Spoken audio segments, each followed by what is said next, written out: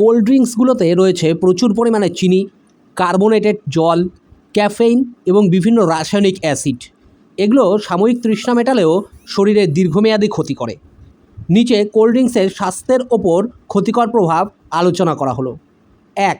অতিরিক্ত চিনি এবং ক্যালোরি, যা শরীরের মেদ বৃদ্ধি করে, তার সাথে ওজন বৃদ্ধি করে।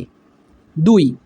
এই সমস্ত পানীয় খেলে রক্তে শর্করার মাত্রা বৃদ্ধি পায়, যা ডায়াবেটিস রোগের ঝুঁকি আনে। 3. দাঁতের ক্ষয় করে এবং মাড়িরও সমস্যা সৃষ্টি করে। 4. অতিরিক্ত গ্যাস ও সোডার কারণে এটি পেট ফাঁপা এবং বদহজমের সাথে সাথে হজমের নানান সমস্যার সৃষ্টি করে। 5.